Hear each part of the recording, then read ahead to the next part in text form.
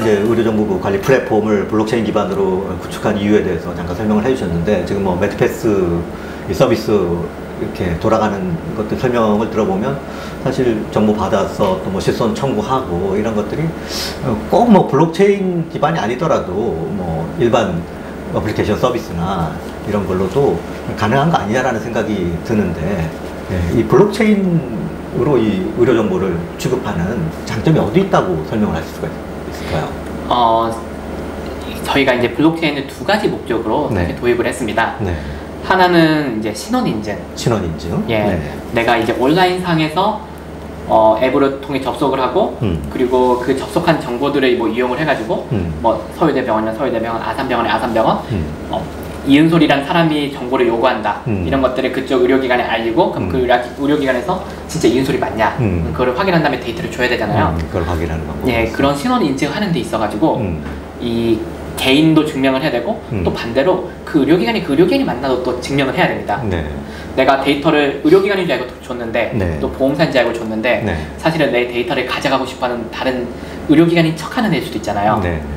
근데 의료 쪽에 사실 너무나 많은 의료기관이 있는데, 그 의료기관들을 온라인상에서 이 의료기관인지 맞는지 증명한다든지 이런 것들에 대해서 아직 기술적으로 완성이 돼 있지 않거든요. 네. 지금은 그래서 이제 거기에 DID 같은 거를 도입하자. DID를. 이렇게 지금 얘기가 많이 되고 있고, 그거를 네. 도입하면 어느 정도 이 문제가 해결이 될 거라고 생각을 하는데, 네. 그래서 저희도 이제 그 블록체인에 기반해서 그 DID를 도입을 한 상황이고, 네. 그런 신원 인증, 네. 이게 첫 번째 목적이고요. 또 두 번째로는 아까도 이제 좀 비슷한 말씀을 드렸었는데, 데이터에 대한 진본 증명입니다. 진본 증명. 네. 예. 의료기관에서 나한테 데이터를 준 다음에 내가 보험사에다 데이터를 줘서 네. 실손보험 청구를 한다고 했을 때, 네. 사실 그 데이터는 위조를 할 수가 있습니다. 내 핸드폰 네. 거쳐가면. 네. 우리가 사진을 찍은 다음에 그 네. 사진을 뭐 상대방한테 준다든지 인스타 같은 데 올리면 그냥 올리거나 주지 않고 보통 뽀샵 같은 것도 좀 하고, 네. 좀 잘라내기도 하고 그런 네. 다음에 주잖아요. 네. 그래서 뭐 소개팅 하는 목적으로 사진 받아보면 약간 비슷한 사람이 있겠지, 네. 뭐 이렇게 생각하고 네. 완전 똑같은 사람이라 생각을 잘 안 하는 것 같은데, 네. 이건 실손보험 청구 목적으로 보험사에 준다라고 생각하면 네. 보험사 입장에서는 이게 전치 2주라 써져 있는데 진짜 전치 2주인지, 만약에 이식주라고 써져 있는데 요거 2주를 위조한 건 아닌지, 이런 거에 대해서 의구심을 가질 수 있습니다. 사실 데이터는 너무나 바꾸기 쉬우니까. 그래서 그거에 대해서 이게 의료기관에서 발행한 진단서가 그대로 보험사에 보내졌다. 이거를 증명할 필요가 있는데, 네. 저희가 그거를 이제 블록체인 기술로. 이용해서 증명을 하는 거고, 그래서 실제로 지금 저희의 그 패스 청구, 실손보험 청구 과정에는 그 블록체인을 이용을 해가지고 보험사 측에서 증명을 할 수 있도록 시스템이 짜여져 있고, 보험사에서 그걸로 진본 검증을 좀 하고 있습니다. 네. 보험사에서 얘기를 들어보는 것 중에 재밌는 것 중에 하나가 그런 부분이 있더라고요. 네. 지금 종이를 이용을 해가지고 청구하는 경우에도 사실은 좀 위조가 된다든지 이런 경우가 네. 있대요. 네. 근데 너무 많고 또 소액인 경우에는 네. 좀 넘어가는 그런 부분도 있는데, 네. 이제 완전히 전자적인 형태로 이 진본임이 증명이 되면 그런 비용도 보험사 입장에서는 이제 손실을 줄일 수 있는 네. 그런 부분이 되는 거죠. 네. 그래서 이제 블록체인 기술로 이제 플랫폼을 구축하시기로 하고, 지금 2017년에 ICO를 하셨어요. 그렇죠? 예. 토큰 발행을 하셨고, 토큰 이름이 뭡니까? 메디블록 토큰입니까? 지금 메디코인 이런 이름으로 메디코인, 많이 거래가 네. 되고 있습니다. 메디코인이라고 하죠. 그 메디코인은 이 플랫폼에서 어떤 역할을 하는 겁니까? 그래서 이제 저희가 블록체인을 이용을 해가지고 신원 증명도 하고, 네. 데이터에 대한 진본 증명도 하고, 네. 그리고 그 후에도 이제 좀 여러 가지를 하려고 지금 고민을 하고 있는데, 네. 그 블록체인이 계속해서 돌아갈 수 있도록 하고, 네. 참여자들한테 인센티브를 제공을 하고, 네. 그리고 또 그 참여자들이 하는 거는 크게 두 가지가 있을 것 같은데, 네. 블록체인 네트워크 자체를 구성을 하는 보통 노드, 그렇죠. 마이너들이라고 하잖아요. 네. 그분들에게 드리기 위한 인센티브 역할도 하고, 보통 토큰이 그런 역할을 하죠. 예, 네. 그래야지만 블록체인 네트워크가 돌아갈 수 돌아가니까. 있으니까 네. 그런 역할도 하고, 그리고 이제 아직까지 이제 그 이코노미는 계속 만들어가고 있고 발전시켜 나가고 있는데, 의료기관에서 데이터가 환자한테 나온 다음에 환자가 그 데이터를 보험사에 보낸다든지, 뭐 아니면 AI 회사라든지 제약회사라든지 연구 목적으로 데이터를 준다든지 이런 식으로 하고 있으면, 그럼 수혜자는 이제 그 제3자가 되거든요, 보통. 네. 그럼 제3자는 사실 자기들은 얻는 게 있으니까, 데이터랑 걸 얻으니까 환자랑 그 다음에 병원이랑 이런 데다가 인센티브를 좀 줄 수가 있어요. 네. 그래서 그들에게 인센티브를 다시 돌려가지고 시스템 자체를 선순환시킬 수 있는 이 구조를 위해 그 메디코인이 사용될 수 있도록 지금 계속해서 구조를 짜나가고 있는 그런 상황입니다. 그 데이터를 받아서 그 활용하는 측에서 예. 거기에서 이제 이쪽은 이제 이익을 얻게 되니까. 맞습니다. 네, 그 인센티브를 그걸 제공한 사람들에게 돌려주는 방식으로. 그러면 이제 제공하는 사람들은 더더욱 이제 제공할 동기부여나 그런 용인이 많이 생기고, 그리고 또 제공받는 사람은 사실 필요한 건 데이터니까 그들에게 더 많은 데이터를 받을 수 있고, 이런 식으로 계속 시스템이 굴러가게 하는 게 사실 저희의 본질적인 목적 중에 하나입니다. 현재 메디패스에 에서 서비스하고 있는 그런 여러 가지 서비스 안에서는 토큰은 특별히 사용되고 있지는 않은 거네요. 거기도 지금 도입을 계속해서 논의를 하고 있는데, 네. 데이터가 흘러가는 구조는 똑같습니다. 의료기관에서 환자한테 실손보험 청구를 위한 영수증 정보랑 그 다음에 자기 진단명 정보가 환자한테 넘어가고요.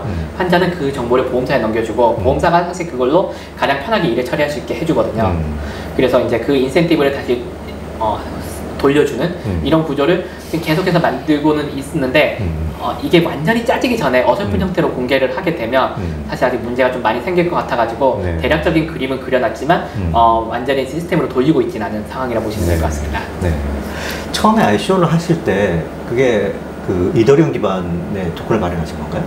처음에 저희 ICO를 네. 그 퀀텀 기반으로 진행을 했었고요. 퀀텀 기반으로 하죠. 예. 퀀텀은 그게 그 중국계 메인넷으로 알려져 있죠? 예, 당시 이제 비트코인하고 이더리움의 장점을 모두 가지고 있는 네. 이런 특징이 있었습니다. 네, 이제 비트코인, 이더리움, 이제 그 다음 단계의 어떤 것들 플랫폼을 시작하는 퀀텀. 그래서 사실 이제 그 기반으로 시작을 했었는데, 네. 조금 하나의 문제점 중에 하나가 문제점이 발견이 됐어요. 그 퀀텀은 굉장히 훌륭한데, 네. 그 퀀텀을 지원하는 거래소라든지 네. 이런 게 많지 않았어가지고, 예. 지원하는 거래소가. 예, 그래서 그런 것들을 위해서 저희가 또 이더리움 기반도 같이 내놓게 된 이런 측면이 있고요. 그래서 퀀텀 이후에 이더리움 기반으로 다시 또 내놓은 게 있고. 네. 그렇지만 이제 저희가 원하는 어떤 이코노미나 이런 하에서 이 저희 메인넷이 돌아가게 하기 위해서는 사실 퀀텀도 그렇고 이더리움도 그렇고 약간 수수료 문제라든지 이런 것들이 그렇죠. 이슈가 될 수 있으니까 저희가 자체적으로 메인넷을 개발해서 내놓은 지는 한 그것도 조금 됐습니다. 그게 페나티아인가요? 예, 맞습니다. 네. 자체적으로 메인넷을 이제 개발을 하기로 하신 거네요. 네. 그게 참 이게 블록체인이 참 기술적으로 전문적인 영역이 돼서 오늘 이야기가 사실 우리 시청하시는 분들 좀 어려울 수는 있겠는데, 일반적으로 이제 비트코인, 이더리움 이런 이제 메인넷이 있고, 특히 이제 이더리움 위에서 이제 많은 소위 DApp이라고 그러는 그 서비스들이 개발이 되는 순서로 되어 왔는데, 지금 메디블록은 약간 반대 과정을 거친 거죠. 이게 서비스가 나오고 또 필요에 의해서 메인넷도 이제 개발하는 그런 과정을 거친 거죠. 예, 맞습니다. 네. 이게 조금 더 정확하게 말씀을 드리면, 네네. 그 이제 뭐 비트코인의 코드를 가져와서 뭐 라이트코인이나 이런 게 만들어졌다 얘기를 하잖아요. 네. 그 라이트코인 자체는 메인넷 돌아가는 거고, 네. 그리고 또 이더리움의 코드도 뭐 여러 곳에서 쓰이고 있을 텐데, 네. 하지만 이더리움 위에서 이제 그 스마트 컨트랙트 이용을 해가지고는 뭐 여러 가지 DApp들 같은 게 나와 있고 토큰이 발행돼 있고 이런 형태가 있고, 그러니까 네. 예전에는 저희가 이제 메디코인이 퀀텀 기반의 토큰, 그 다음에 이더리움 기반의 토큰 이런 형태로 좀 존재를 했었습니다. 네. 그러다가 이제 저희 자체 메인넷을 처음에는 완전히 처음부터 저희 자체적으로 메인넷을 만들어서 내보기도 했었고, 네. 그런데 저희의 본질은 의료정보 플랫폼, 네. 이거를 만드는 거지, 네. 블록체인 메인넷을 계속해서 잘 만드는 네. 이거보다는 이거는 잘 이용을 하는 네. 이러기 위한 수단에 가깝거든요. 네. 그러다 보니까 이 메인넷을 계속 유지 보수하는 것 자체가 네. 조금 부담은 있어가지고, 굉장히 부담일 것 같은데. 맞습니다. 그게. 네.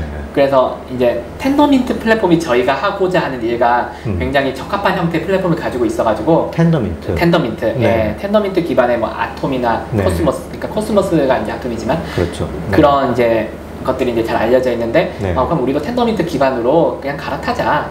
그래서 텐더민트 기반으로 저희는 지금 현재 만들어져 있습니다. 그러면 이 메디블록의 메인넷 페나시아와 텐더민트가 같은 저희 가장 기반인 아래 건가요? 레이어에 텐더민트가 있다라고 보시면 될 것 같습니다. 네. 기술 레이어들은 이제 가장 아래쪽 레이어에. 네.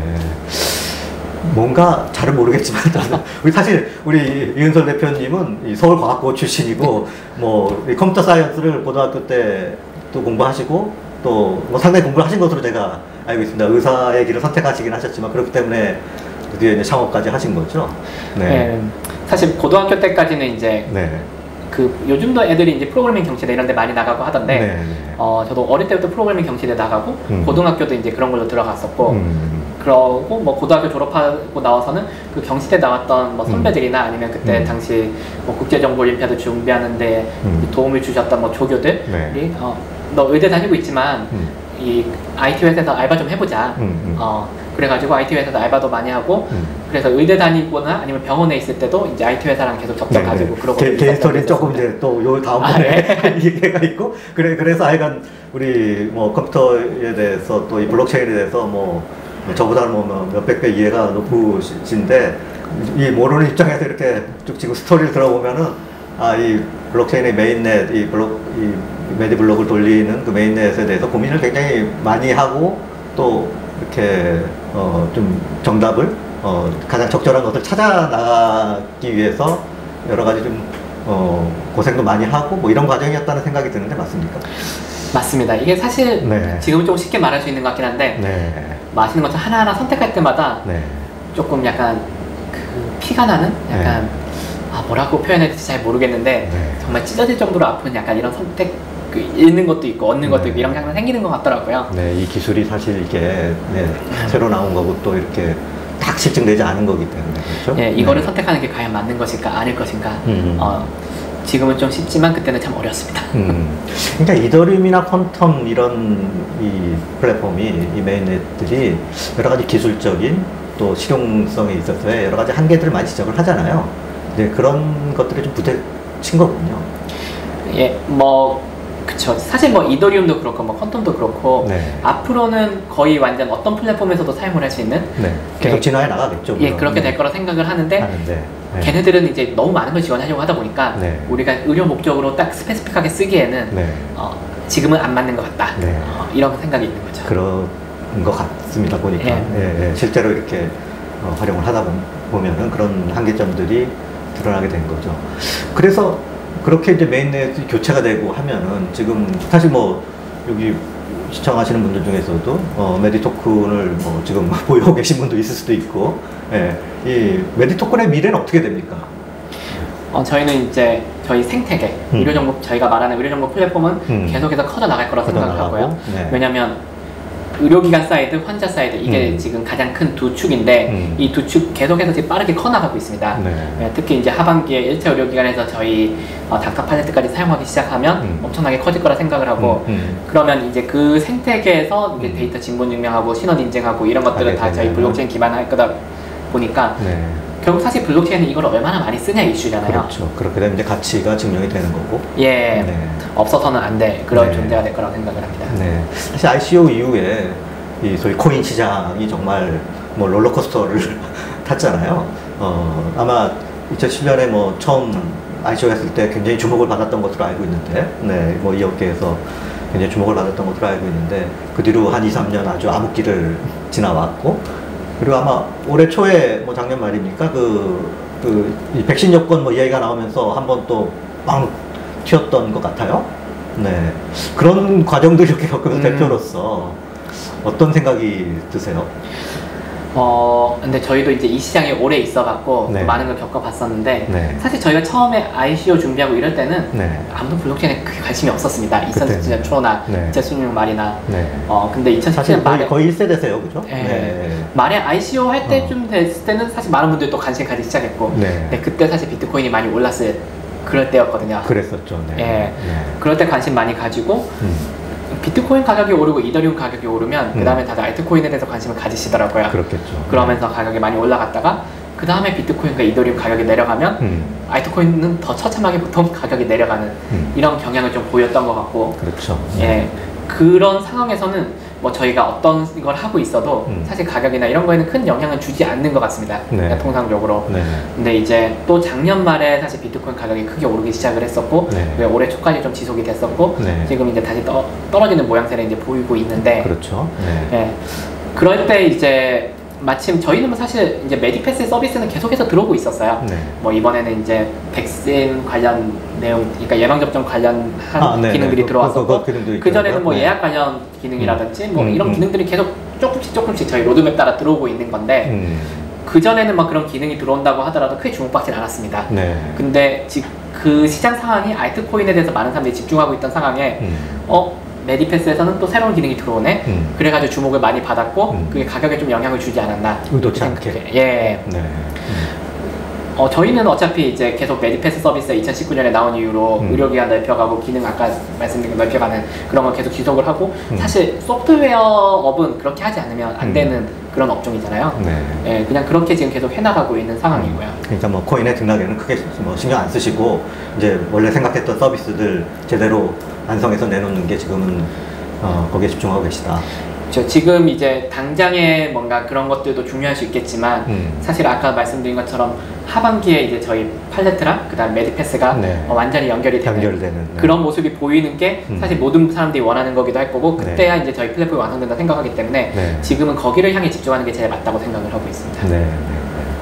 이제 뭐 이런 얘기를 또 이렇게 여쭤볼 수밖에 없는 게 뭐 최근에 뭐 거래소들에서 뭐 상패가 통보가 갔느니 뭐 이런 이슈들이 나오고 그러면서 뭐 투자자들이 굉장히 관심이 또 많기 때문에 이런 문제들이 생기는 거죠. 예, 보통 사람들조차도 이렇게 관심을 갖게 되는 이런 상황이 됐는데 그런 뭐 상패라든가 최근에 그런 움직임에 대해서는 혹시 뭐 이 코인을 또 발행하신 입장에서의 대표로서 회사 대표로서 어떤 생각이 있으신가요? 사실 이제 많은 거래소들에서 어떤 특정 프로젝트, 특히 한국에 있는 많은 프로젝트에 대해서 상패를 하기도 했었고 네. 그것 때문에 지금 논란도 많이 되고 있는 이런 상황으로 알고 있는데 제가 이해하고 있기로는 거래소들에서 그 프로젝트들에게 지금 너희 백서에서 내놓은 대로 그리고 백서 이후에 이제 그 프로젝트에서 그 변경이 될 수 있잖아요. 네. 백서에 써놨던 대로 무조건 하는 게 꼭 좋은 것만은 아니고 그렇죠. 서비스를 네. 잘 만들자다 보니까 네. 또뭐 바뀔 수도 있고 네. 근데 그런 걸 잘 공지하고 그걸 잘 만들어가고 있냐 아니면 처음에 백서만 내놓고 뭐 모른 척 하고 있고 또 뭐 최근에 항상 화제가 되고 있는 것 중에 하나가 뭐 발행량 문제 이런 게 좀 있던데 네. 그런 거 잘 안 지키고 좀 네. 이상하게 운영을 하고 있냐 네. 이런 것들에 대해서 거래소들이 물어본 걸로 알고 있습니다. 프로젝트들에게 네. 물어봤었고 그거에 대해서 이제 성실하게 대답하고 그게 거래소가 알고 있는 내용이랑 일치하는지 그러지 않는지 그런 것들을 거래소들이 검토를 했어요. 했는데 그게 이제 내용이 문제가 있는 곳들은 아마 그 프로젝트에서 알 수도 있다고 저는 생각을 합니다. 그런 게 하나 문제가 있었고 또 하나의 문제는 거래소랑 약간 지분 관계가 있는 그런 회사들. 네. 예, 이거는 뭐 신문에도 나왔던 걸로 기억을 하는데. 그거는 뭐 정부 당국에서 리스팅하고 있는 거죠. 네. 그래서 그 두 가지에 속하는 것들이 다 문제가 된 것으로 알고 있고 저희가 아는 범위 내에서는 그 두 가지에 속하지 않는 프로젝트가 뭐 상폐가 됐다든지 예정이라든지 이런 것들은 들어보지 못했고 저희도 그런 것에 해당하지는 않고요. 네. 알겠습니다. 상당히 뭐 민감한 문제이긴 한데 이 뭐 과도기이기 때문에 사실 거래소를 중심으로 한 이 코인 거래들 이런 것에 여러 가지 뭐 이 논란과 또 뭐 자금이랑 자금 같은 것도 일어나고 있는데 이 과정을 잘 극복을 해 나가야 되겠죠. 그래서 또 진행하고 계시는 모든 것들은 잘 진행이 돼야 되겠죠.